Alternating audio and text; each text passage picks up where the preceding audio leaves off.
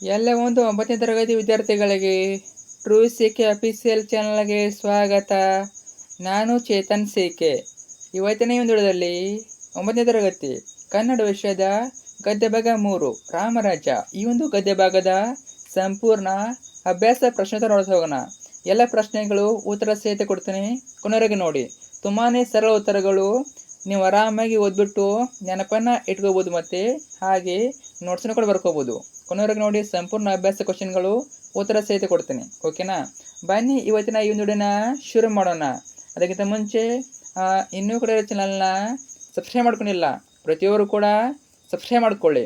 ಯಾಕೆ ಅಂದರೆ ನಿಮ್ಮೊಂದು 9th SAT ಎಕ್ಸಾಮ್ ಮುಗಿಯವರೆಗೆ, ಅನ್ನುವಲ್ ಎಕ್ಸಾಮ್ ಮುಗಿಯವರೆಗೆ ಎಲ್ಲ ವಿಷಯಗಳ ಪಾಸಿಂಗ್ ಪ್ಯಾಕೇಜ್ಗಳು, ಸ್ಕೋರಿಂಗ್ ಪ್ಯಾಕೇಜ್ಗಳು, ಇಂಪಾರ್ಟೆಂಟ್ ಕ್ವಶನ್ ಪೇಪರ್ಗಳು ಮತ್ತು ಎಕ್ಸಾಮ್ಗೆ ಬರುವಂಥ ಕ್ವಶನ್ಗಳು, ಜೊತೆಗೆ ಇದೇ ರೀತಿ ನಿಮಗೆ ಎಲ್ಲ ಪಾಠಗಳ ಪದ್ಯಗಳ ಕ್ವಶನ್ ಆನ್ಸರ್ಗಳು ಎಲ್ಲವನ್ನ ಇದೇ ಒಂದು ಚಾನಲ್ ಆಗ್ತವೆ. ಅದರಿಂದ ಪ್ರತಿಯೊಬ್ಬರು ಕೂಡ ಮಿಸ್ ಮಾಡಿದ ಚಾನಲ್ನ ಸಬ್ಸ್ಕ್ರೈಬ್ ಮಾಡ್ಕೊಳ್ಳಿ.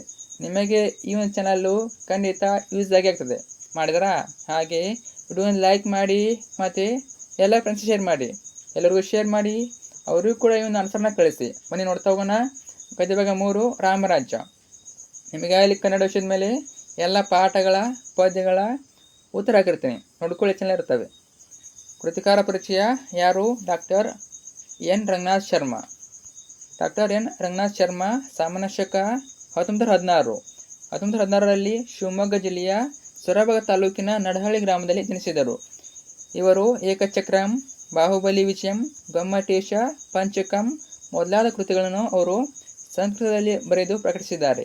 ವಾಲ್ಮೀಕಿ ರಾಮಾಯಣ, ಅಮರಕೋಶ, ವಿದುರನೀತಿ, ಬ್ರಹ್ಮಕಾಂಡ, ವಿದ್ಯಾರಣ್ಯರ ಪಂಚದಶಿ ಮೊದಲಾದವರು ಅವರ ಅನುವಾದಿತ ಕೃತಿಗಳು ರಚಿಸಿದ್ದಾರೆ. ಇವರಿಗೆ ರಾಜ್ಯೋತ್ಸವ ಪ್ರಶಸ್ತಿ, ಬೆಂಗಳೂರು ವಿಶ್ವವಿದ್ಯಾಲಯದ ಗೌರವ ಡಾಕ್ಟರೇಟ್ ಪ್ರಶಸ್ತಿ ಮತ್ತು ಆದಿ ಚುಂಚನಗಿರಿ ಸಂಸ್ಥಾನದ ಚುಂಚನಗಿರಿ ಪ್ರಶಸ್ತಿಗಳು ಲಭಿಸಿವೆ. ನೆನಪಿಟ್ಕೊಳ್ಳಿ, ಸಾಕು. ಎಕ್ಸಾಮ್ನಲ್ಲಿ ನಿಮಗೆ 3 ಮಾರ್ಕ್ಸಿಗೆ ಕೇಳ್ಬೋದು. ನೆಕ್ಸ್ಟು ಪ್ರಸ್ತುತ ಪಠ್ಯಭಾಗವನ್ನು ಅಂದರೆ ಗದ್ಯ ಭಾಗವನ್ನು ಡಾಕ್ಟರ್ ಎನ್ ರಂಗನಾಥ್ ಶರ್ಮಾರವರ ನೋಡಿ, ವಾಲ್ಮೀಕಿ ರಾಮಾಯಣ, ಶ್ರೀ ಮಧ್ವಾಲ್ಮೀಕಿ ರಾಮಾಯಣದಿಂದ ಈ ಒಂದು ಕೃತಿಯಿಂದ ಆಯ್ಕೊಂಡಿದ್ದಾರೆ. ಯಾವ ಸಂಪುಟ? ಅಯೋಧ್ಯಕಾಂಡ ಸಂಪುಟ. ನೆನ್ಪಿಟ್ಕೊಳ್ಳಿ, ಶ್ರೀ ಮಧ್ವಾಲ್ಮೀಕಿ ರಾಮಾಯಣಂ, ಶ್ರೀ ಮಧ್ವಾಲ್ಮೀಕಿ ರಾಮಾಯಣಂ ಕೃತಿಯಿಂದ ಅಯೋಧ್ಯಕಾಂಡ ಸಂಪುಟದಿಂದ ಆಯ್ದುಕೊಳ್ಳಲಾಗಿದೆ. ಹೆಚ್ಚಾಗಿ ನಮಗೆ ಏನು ಕೇಳ್ತಾರೆ? ಕೃತಿಯನ್ನು ಕೇಳ್ತಾರೆ, ಶ್ರೀ ಮಧ್ವಾಲ್ಮೀಕಿ ರಾಮಾಯಣಂ. ನೆಕ್ಸ್ಟು ಈ ಕೆಳಗಿನ ಪ್ರಶ್ನೆಗಳಿಗೆ ಒಂದೊಂದು ವಾಕ್ಯದಲ್ಲಿ ಉತ್ತರ ಬರೆಯಿರಿ. ಒಂದೊಂದು ಪ್ರಶ್ನೆಗಳು ಇರ್ತವೆ. 1ನೇ ಪ್ರಶ್ನೆ, ಅಮಾತ್ಯರು ಯಾವ ವಿಷಯದಲ್ಲಿ ನಿಪುಣರಾಗಿರಬೇಕು? ಉತ್ತರ, ಅಮಾತ್ಯರು ರಾಜ್ಯಶಾಸ್ತ್ರ ವಿಷಯದಲ್ಲಿ ನಿಪುಣರಾಗಿರಬೇಕು. ಪ್ರಶ್ನೆ ಸಂಖ್ಯೆ 2, ರಾಜನು ಯಾವ ಕಾರ್ಯವನ್ನು ಕೂಡಲೇ ಆಚರಣೆಗೆ ತರಬೇಕು? ಉತ್ತರ, ರಾಜನು ಮಂತ್ರಾಲೋಚನೆ ಕಾರ್ಯವನ್ನು ಕೂಡಲೇ ಆಚರಣೆಗೆ ತರಬೇಕು. 3ನೇ ಪ್ರಶ್ನೆ, ಕಷ್ಟ ಕಾಲದಲ್ಲಿ ಸಹಾಯಕ್ಕೆ ನಿಲ್ಲುವರು ಯಾರು? ಕಷ್ಟ ಕಾಲದಲ್ಲಿ ಸಹಾಯಕ್ಕೆ ನಿಲ್ಲುವರು ಪಂಡಿತರು. ಪ್ರಶ್ನೆ ಸಂಖ್ಯೆ 4, ರಾಜನಿಗೆ ಮಹತ್ತರವಾದ ಶ್ರೇಯಸ್ಸನ್ನು ತಂದು ಕೊಡಬಲ್ಲವನು ಯಾರು? ರಾಜನಿಗೆ ಮಹತ್ತರವಾದ ಶ್ರೇಯಸ್ಸನ್ನು ತಂದು ಕೊಡಬಲ್ಲವನು ಸಚಿವನು. ಇನ್ನು 5ನೇದು, ಜನರು ಅರಸರನ್ನು ಹೇಗೆ ತಿರಸ್ಕರಿಸಬಹುದು? ಉತ್ತರ, ಜನರು ಅರಸರನ್ನು ಬಲಾತ್ಕಾರದಿಂದ ಕೆಲಸ ಮಾಡಿಸಿಕೊಂಡು ಶೋಷಿಸುವ ಯಜಮಾನರನ್ನು ತಿರಸ್ಕರಿಸಿದಂತೆ ಅರಸನನ್ನು ತಿರಸ್ಕರಿಸಬಹುದು. 6ನೇ ಪ್ರಶ್ನೆ, ದೇಶಕ್ಕೆ ದೊಡ್ಡ ಗಂಡಾಂತರ ತರಬಲ್ಲವರು ಯಾರು? ದೇಶಕ್ಕೆ ದೊಡ್ಡ ಗಂಡಾಂತರ ತರಬಲ್ಲವರು ದೇಶಭ್ರಷ್ಟಗೊಳಿಸಿದ ಶತ್ರುಗಳು. 7ನೇ ಪ್ರಶ್ನೆ, ಯಾರೊಡನೆ ಸಮಾಲೋಚಿಸುವುದು ರಾಜದೋಷ ಎಂದು ರಾಮನು ಹೇಳುತ್ತಾನೆ? ಅನುಭವವಿಲ್ಲದ ಅವಿವೇಕಿಗಳೊಡನೆ ಸಮಾಲೋಚಿಸುವುದು ರಾಜದೋಷ ಎಂದು ರಾಮನು ಹೇಳುತ್ತಾನೆ. ಇನ್ನು ಮುಂದಿನ ಪ್ರಶ್ನೆ, ಈ ಕೆಳಗಿನ ಪ್ರಶ್ನೆಗಳಿಗೆ 5-6 ವಾಕ್ಯದಲ್ಲಿ ಉತ್ತರಿಸಿ. 5-6 ವಾಕ್ಯದ ಪ್ರಶ್ನೆಗಳು. 1ನೇ ಪ್ರಶ್ನೆ, ಮಂತ್ರಾಲೋಚನೆಯನ್ನು ಹೇಗೆ ನಡೆಸಬೇಕೆಂದು ರಾಮನ ಅಭಿಪ್ರಾಯ? ರಾಮನು ಭರತನಿಗೆ ಮಂತ್ರಾಲೋಚನೆಯು ಮೊದಲೇ ಸಾಮಂತ ರಾಜ್ಯರಿಗೆ ತಿಳಿದಿರಬಾರದು, ಅದು ಸಾಮಂತರಿಗೆ ಗೊತ್ತಾಗುವಷ್ಟರಲ್ಲಿ ಪೂರ್ಣವಾಗಿ ನಡೆದು ಹೋಗಬೇಕು, ಇಲ್ಲವೇ ಅರ್ಧದಷ್ಟಾದರೂ ಆಚರಣೆಯಲ್ಲಿ ತರಬೇಕು. ನೀವಾಗಲಿ ನಿಮ್ಮ ಮಂತ್ರಿಗಳಾಗಲಿ ನಡೆಸಿದ ಮಂತ್ರಾಲೋಚನೆಯು ಊಹೆಯಿಂದಲೂ ಯುಕ್ತಿಯಿಂದಲೂ ಜನರಿಗೆ ತಿಳಿದು ಬಹಿರಂಗವಾಗದಂತೆ ಎಚ್ಚರಿಕೆ ವಹಿಸಿ ಮಂತ್ರಾಲೋಚನೆಯನ್ನು ನಡೆಸಬೇಕೆಂದು ಅಭಿಪ್ರಾಯಪಟ್ಟನು. 2ನೇ ಪ್ರಶ್ನೆ, ರಾಜ್ಯದ ಅಮಾತ್ಯರಲ್ಲಿ ಯಾವ ಗುಣಗಳಿರಬೇಕು? ಉತ್ತರ, ರಾಜ್ಯದ ಅಮಾತ್ಯರು ಲಂಚವನ್ನು ತೆಗೆದುಕೊಳ್ಳದವರು, ಪ್ರಾಮಾಣ್ಯದ ವಿಷಯದಲ್ಲಿ ಸಂದೇಹ ಇರದವರೂ ಆಗಿರಬೇಕು. ಒಂದು ವೇಳೆ ರಾಜನು ಪ್ರಜೆಗಳಿಗೆ ಉಗ್ರ ದಂಡನೆಯನ್ನು ವಿಧಿಸಿ ರಾಷ್ಟ್ರವನ್ನು ಉದ್ಯೋಗಗೊಳಿಸಲು ತೊಡಗಿದರೆ ಮಂತ್ರಿಗಳು ಅದನ್ನು ಒಪ್ಪದೆ ರಾಜನನ್ನು ತಡೆದು ನಿಲ್ಲಿಸಬಲ್ಲ ಗುಣಗಳಿರಬೇಕು, ಇವೆಲ್ಲಗಳನ್ನು ಹೊಂದಿರಬೇಕು. ಇನ್ನು ಮೂರನೇ ಪ್ರಶ್ನೆ, ಯಾವ 3 ವ್ಯಕ್ತಿಗಳನ್ನು ರಾಜನು ತ್ಯಜಿಸಬೇಕು, ಯಾಕೆ? ಉತ್ತರ, ಉಪಾಯದಿಂದ ಹಣ ಕೀಳುವ ವೈದ್ಯನನ್ನು, ಒಡೆಯನನ್ನೇ ದೂಷಿಸುವ ಸೇವಕನನ್ನು, ಖಜಾನೆಯ ಐಶ್ವರ್ಯದ ಮೇಲೆ ಕಣ್ಣಿಟ್ಟಿರುವ ಸೈನಿಕನನ್ನು ರಾಜನು ತ್ಯಜಿಸಬೇಕು. ಈ 3 ಜನರಿಂದ ರಾಜನಿಗೆ ಮತ್ತು ರಾಜ್ಯಕ್ಕೆ ಅಪಾಯ ಸಾಧ್ಯತೆ ಇರುವುದರಿಂದ ಇವರನ್ನು ರಾಜನು ತ್ಯಜಿಸಬೇಕು. ಇನ್ನು ಪ್ರಶ್ನೆ 4, ಇದು ಕೂಡ ಇಂಪಾರ್ಟೆಂಟ್ ಪ್ರಶ್ನೆ. ದೂತನು ಹೇಗಿರಬೇಕು? ನಮ್ಮ ದೇಶದಲ್ಲಿ ಹುಟ್ಟಿ ಬೆಳೆದ ವಿದ್ವಾಂಸನನ್ನು ದೂತನಾಗಿ ನೇಮಿಸಿಕೊಂಡಿರಬೇಕು. ದೂತನು ಕಾರ್ಯಸಮರ್ಥನೂ ಪ್ರತಿಭಾಶಾಲಿಯೂ ಆಗಿರಬೇಕು. ಹೇಳಿ ಕಳಿಸುವ ಸಂದೇಶವನ್ನು ಮಾತ್ರ ಕಳಿಸುವ ಸತ್ಯವಂತನಾಗಿರಬೇಕು. ವ್ಯಕ್ತಿ ವಸ್ತುಗಳ ಮೌಲ್ಯವನ್ನು ಯೋಗ್ಯತೆಯನ್ನು ಸರಿಯಾಗಿ ಗುರುತಿಸಬಲ್ಲ ನಿಷ್ಠಾವಂತನಾಗಿರಬೇಕು ಅಥವಾ ನಿಷ್ಠಾತನಾಗಿರಬೇಕು. 5ನೇ ಪ್ರಶ್ನೆ, ಸೇವಕರ ವಿಷಯದಲ್ಲಿ ರಾಜನು ಹೇಗೆ ವರ್ತಿಸಬೇಕು? ಉತ್ತರ, ಒಡೆಯನನ್ನೇ ದೂಷಿಸುವ ಸೇವಕನಿಗೆ ರಾಜನು ಉಗ್ರ ಶಿಕ್ಷೆ ಕೊಡಬೇಕು. ಇಲ್ಲದಿದ್ದರೆ ಆತ ಈ ವ್ಯಕ್ತಿಗಳ ಕುತಂತ್ರದಿಂದಲೇ ವಿಪತ್ತಿನಲ್ಲಿ ಸಿಕ್ಕಿಕೊಳ್ಳಬಹುದು. ಇನ್ನು ಮುಂದಿನ ಪ್ರಶ್ನೆ 6ನೇ ಪ್ರಶ್ನೆ, ಖಜಾನೆಯನ್ನು ಹೇಗೆ ನಿಭಾಯಿಸಬೇಕೆಂದು ರಾಮನು ಹೇಳುತ್ತಾನೆ? ರಾಜ್ಯದ ಆದಾಯವು ವ್ಯಯಕ್ಕಿಂತ ಹೆಚ್ಚಾಗಿರಬೇಕು. ರಾಜ್ಯದ ಬೊಕ್ಕಸದಲ್ಲಿ ಸಂಗ್ರಹಿಸುವ ಸಂಪತ್ತೆಲ್ಲವೂ ರಾಜ್ಯದ ಅಭಿವೃದ್ಧಿಯ ಕೆಲಸ ಕಾರ್ಯಗಳಿಗೆ ವಿನಿಯೋಗವಾಗಬೇಕು. ಖಜಾನೆಯನ್ನು ಬರಿದು ಅಥವಾ ಖಾಲಿಗೊಳಿಸಬಾರದು. ಬರಿದಾಗಿದೆ ಎಂದು ತುಳುಕಿಸುವಷ್ಟು ತುಂಬಿಸಿಕೊಳ್ಳಬಾರದು. ಅದಕ್ಕಾಗಿ ಅನರ್ಥ ಅನ್ಯಾಯದ ಮಾರ್ಗಗಳನ್ನು ಹಿಡಿಯಬಾರದೆಂದು ರಾಮನು ಹೇಳ್ತಾನೆ. ಮುಂದಿನ ಪ್ರಶ್ನೆ, ಈ ಕೆಳಗಿನ ಪ್ರಶ್ನೆಗಳಿಗೆ 10 ವಾಕ್ಯದಲ್ಲಿ ವಿಸ್ತಾರವಾಗಿ ಬರೆಯಿರಿ. 10 ವಾಕ್ಯದ ಪ್ರಶ್ನೆ ಇದು. 1ನೇ ಪ್ರಶ್ನೆ, ರಾಜ್ಯಾಡಳಿತದ ವಿಷಯದಲ್ಲಿ ರಾಮನ ಉಪದೇಶವನ್ನು ಸಂಗ್ರಹವಾಗಿ ಬರೆಯಿರಿ. ರಾಮನ ಉಪದೇಶವನ್ನು ಕೇಳಿದರೆ ಬುಕ್ಕಲ್ಲಿ ನೋಡ್ಕೋಬೋದು ನೀವು. ಅದೇ ಉತ್ತರ ಇದೆ.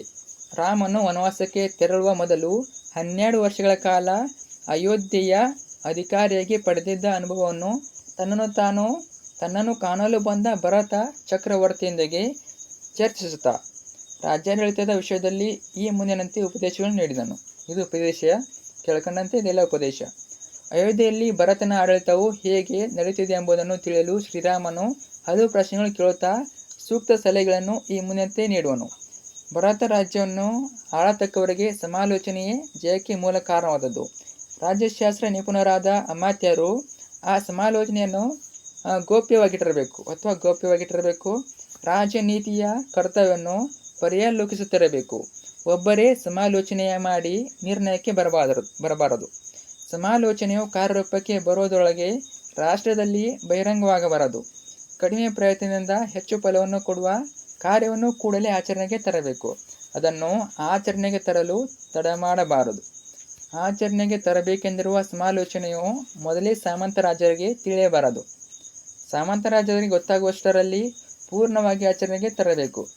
ಇಲ್ಲವೇ ಅರ್ಧದಷ್ಟಾದರೂ ಆಚರಣೆಯಲ್ಲಿ ಬಂದಿರಬೇಕು.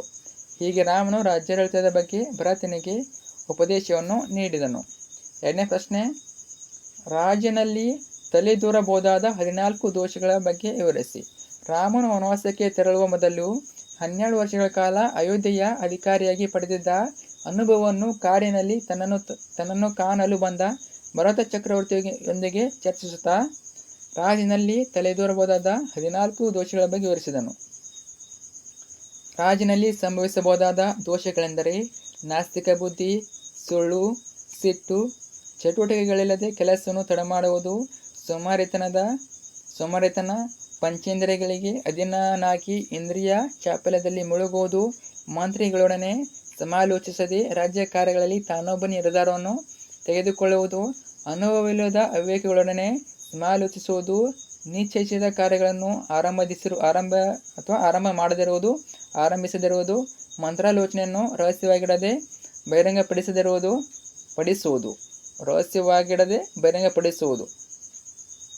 ಮಂಗಳಕರವಾದ ಶುಭ ಕಾರ್ಯವನ್ನು ಮಾಡದಿರುವುದು ಹಾಗೂ ಎಲ್ಲ ಶತ್ರುಗಳ ಮೇಲೂ ಏಕಕಾಲದಲ್ಲಿ ವಿಧರ್ಮ ಮಾಡುವುದು.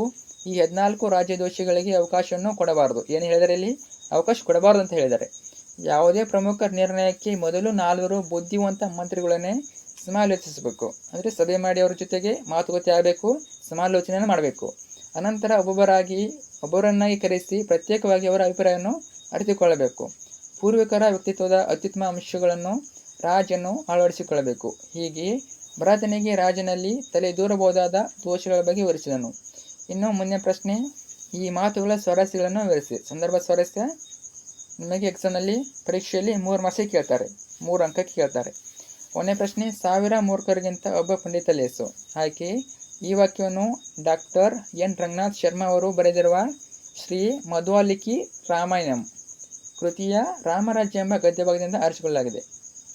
ಇನ್ನು ಸಂದರ್ಭ, ರಾಮನು ರಾಜ್ಯಾಡಳಿತದ ಬಗ್ಗೆ ವಿವರಿಸುತ್ತಾ, ಕಷ್ಟದ ಕಾಲದಲ್ಲಿ ಪಂಡಿತನೊಬ್ಬನೇ ಸರಿಯಾದ ಉಪಾಯವನ್ನು ಬೋಧಿಸಿ ಕಾರ್ಯವನ್ನು ನಿರ್ವಹಿಸಬಲ್ಲ. ಮೂರ್ಖರ ಸಂಖ್ಯೆ 1000 ಇರಲಿ, 10,000 ಇರಲಿ, ರಾಜನಿಗೆ ಅದರಿಂದ ಯಾವ ಸಹಾಯವೂ ಆಗುವುದಿಲ್ಲ ಎಂದು ಹೇಳುವಾಗ ಈ ಮಾತನ್ನು ಹೇಳ್ತಾನೆ. ಸ್ವಾರಸ್ಯ, ಕವಿಯಲ್ಲಿ ಪಂಡಿತರ ಮಹತ್ವ, ಅವರ ಕಾರ್ಯದಕ್ಷತೆಯನ್ನು ಸ್ವಾರಸ್ಯಪೂರ್ಣವಾಗಿ ವರ್ಣಿಸಲಾಗಿದೆ. ಎರಡನೇ ಪ್ರಶ್ನೆ, ದೂತನು ಕಾರ್ಯಸಮರ್ಥನು ಪ್ರತಿಭಾಶಾಲಿಯಾಗಿರಬೇಕು. ಆಯ್ಕೆ, ಈ ವಾಕ್ಯವನ್ನು ಸೇಮ್ ಇರ್ತದೆ, ಆಯ್ಕೆ ನೋಡ್ಕೊಳ್ಳಿ. ಇನ್ನು ಸಂದರ್ಭ, ರಾಮನು ರಾಜ್ಯಾಡಳಿತದ ಬಗ್ಗೆ ಉಪದೇಶ ನೀಡುತ್ತಾ, ಭರತ, ನೀನು ನಮ್ಮ ದೇಶದಲ್ಲಿ ಹುಟ್ಟಿ ಬೆಳೆದ ವಿದ್ವಾಂಸನನ್ನು ದೂತನಾಗಿ ನೇಮಿಸಿಕೊಳ್ಳಬೇಕು. ಅವನು ಹೇಳಿ ಕಲಿಸಿದ ಸಂದೇಶವನ್ನಷ್ಟೇ ತಿಳಿಸುವ ಸಾಹಿತ್ಯವಂತನಾಗಿರಬೇಕು. ವ್ಯಕ್ತಿ ವಸ್ತುಗಳ ಮೌಲ್ಯವನ್ನು ಯೋಗ್ಯತೆಯನ್ನು ಸರಿಯಾಗಿ ಗುರುತಿಸಬಲ್ಲವನಾಗಿರಬೇಕು ಎನ್ನುವಾಗ ಈ ಮಾತು ಹೇಳಿದ್ದಾನೆ. ಸ್ವಾರಸ್ಯ, ರಾಜ್ಯದಲ್ಲಿ ದೂತನು ಸಂದೇಶಗಳನ್ನು ರವಾನಿಸುವವನಾಗಿದ್ದರಿಂದ ಅವನು ಉತ್ತಮನಾಗಿರಬೇಕೆಂದು ಹೇಳಿರುವುದು ಸ್ವಾರಸ್ಯಪೂರ್ಣವಾಗಿ ವರ್ಣಿಸಲಾಗಿದೆ. ಮೂರನೇ ಪ್ರಶ್ನೆ, ಪೂರ್ವಿಕರ ವ್ಯಕ್ತಿತ್ವದ ಅತ್ಯುತ್ತಮ ಅಂಶಗಳನ್ನು ರಾಜನು ಅಳವಡಿಸಿಕೊಳ್ಳಬೇಕು. ಸಂದರ್ಭ ನೋಡಿ, ಏನು ಕೊಟ್ಟಿದ್ದಾರೆ? ರಾಮನು ರಾಜನಲ್ಲಿನ ದೋಷಗಳನ್ನು ಪ್ರಶ್ನಿಸುತ್ತಾ 14 ರಾಜದೋಷಿಗಳಿಗೆ ಅವಕಾಶವನ್ನು ಕೊಡಬೇಡ. ಯಾವುದೇ ಪ್ರಮುಖ ನಿರ್ಣಯಕ್ಕೆ ಮೊದಲು 4 ಪ್ರಾಜ್ಞಿ ಮಂತ್ರಿಗಳೊಡನೆ ರಾಜನಾದವನು ಒಟ್ಟಿಗೆ ಸಮಾಲೋಚಿಸಬೇಕು. ಅನಂತರ ಒಬ್ಬೊಬ್ಬರನ್ನಾಗಿ ಕರೆಸಿ ಪ್ರತ್ಯೇಕವಾಗಿ ಅವರ ಅಭಿಪ್ರಾಯಗಳನ್ನು ಅರಿತುಕೊಳ್ಳಬೇಕು ಎಂದು ಕೇಳುತ್ತಾ, ನೀನು ಹೀಗೆ ಮಾಡುತ್ತಿರುವೆಯಾ ಎಂದು ಭರತನನ್ನು ಪ್ರಶ್ನಿಸುವ ಸಂದರ್ಭದಲ್ಲಿ ಈ ಮೇಲಿನ ಮಾತು ಬಂದಿದೆ. ಸ್ವಾರಸ್ಯ, ಇಲ್ಲಿ ರಾಜನು ರಾಜ್ಯಾಡಳಿತದ ತನ್ನ ಪೂರ್ವಿಕರ ಆಡಳಿತದ ಅನುಭವಗಳನ್ನು ಹೇಗೆ ಅಳವಡಿಸಿಕೊಳ್ಳಬೇಕೆಂಬುದನ್ನು ಸ್ವಾರಸ್ಯಪೂರ್ಣವಾಗಿ ವಿವರಿಸಲಾಗಿದೆ. ಇಷ್ಟಾದರೆ ನಿಮ್ಮೊಂದು ಈ ರಾಮರಾಜ್ಯ ಗದ್ಯ ಭಾಗದ ಅಭ್ಯಾಸ ಪ್ರಶ್ನೆಗಳು ಮುಕ್ತಾಯ ಆಗ್ತವೆ. ಸಾಧ್ಯವಾದರೆ ನಿಮಗೆ ಇನ್ನೊಂದು ವಿಡಿಯೋ ಹಾಕ್ತೀನಿ. ಈ ಒಂದು ರಾಮರಾಜ್ಯದ ಮೇಲೆ ಅಧ್ಯಾಯದ ಮೇಲೆ ಅಥವಾ ಗದ್ಯ ಭಾಗದ ಮೇಲೆ ಇಂಪಾರ್ಟೆಂಟ್ ಪ್ರಶ್ನೆ ಹಾಕ್ತೀನಿ, ಅದು ನೋಡ್ಕೊಳ್ಳಿ. ಆಲ್ಮೋಸ್ಟ್ ನಿಮಗೆ ಕನ್ನಡ ವಿಷಯದ ಮೇಲೆ ಎಲ್ಲ ಅಧ್ಯಾಯಗಳ ನೋಟ್ಸನ್ನ ಹಾಕ್ತೀನಿ, ಅಭ್ಯಾಸ ಕ್ವಶನ್ ಆನ್ಸರ್ ಹಾಕ್ತೀನಿ. ಸೊ ಅವೆಲ್ಲ ಬೇಕು ಅಂದರೆ ಮಿಸ್ ಮಾಡಿ ಚಾನಲ್ನ ಸಬ್ಸ್ಕ್ರೈಬ್ ಮಾಡಿಕೊಳ್ಳಿ. ಅವಾಗ ಮಾತ್ರ ನಿಮಗೆ ನಾವು ಹಾಕುವ ಎಲ್ಲ ವಿಡಿಯೋಗಳು ಸಿಗ್ತವೆ. ಮಾಡಿದ್ರಾ? ಹಾಗೆ ಫ್ರೆಂಡ್ಸ್ ಶೇರ್ ಮಾಡಿ. ಇದ್ರ ಬಗ್ಗೆ ಏನೇ ಡೌಟ್ಲಿ ಕಮೆಂಟ್ ಹಾಕಿ. ಮತ್ತು ಈ ಒಂದು ವಿಷಯ ಬಿಟ್ಟು ಬೇರೆ ಯಾವ ವಿಷಯದ, ಯಾವ ಪಾಠದ, ಪದ್ಯದ ಪ್ರಶ್ನೆ ಉತ್ತರ ಬೇಕು ಕಮೆಂಟ್ ಹಾಕಿ. ಫ್ರೆಂಡ್ಸ್ ಶೇರ್ ಮಾಡಿ. Thanks for watching.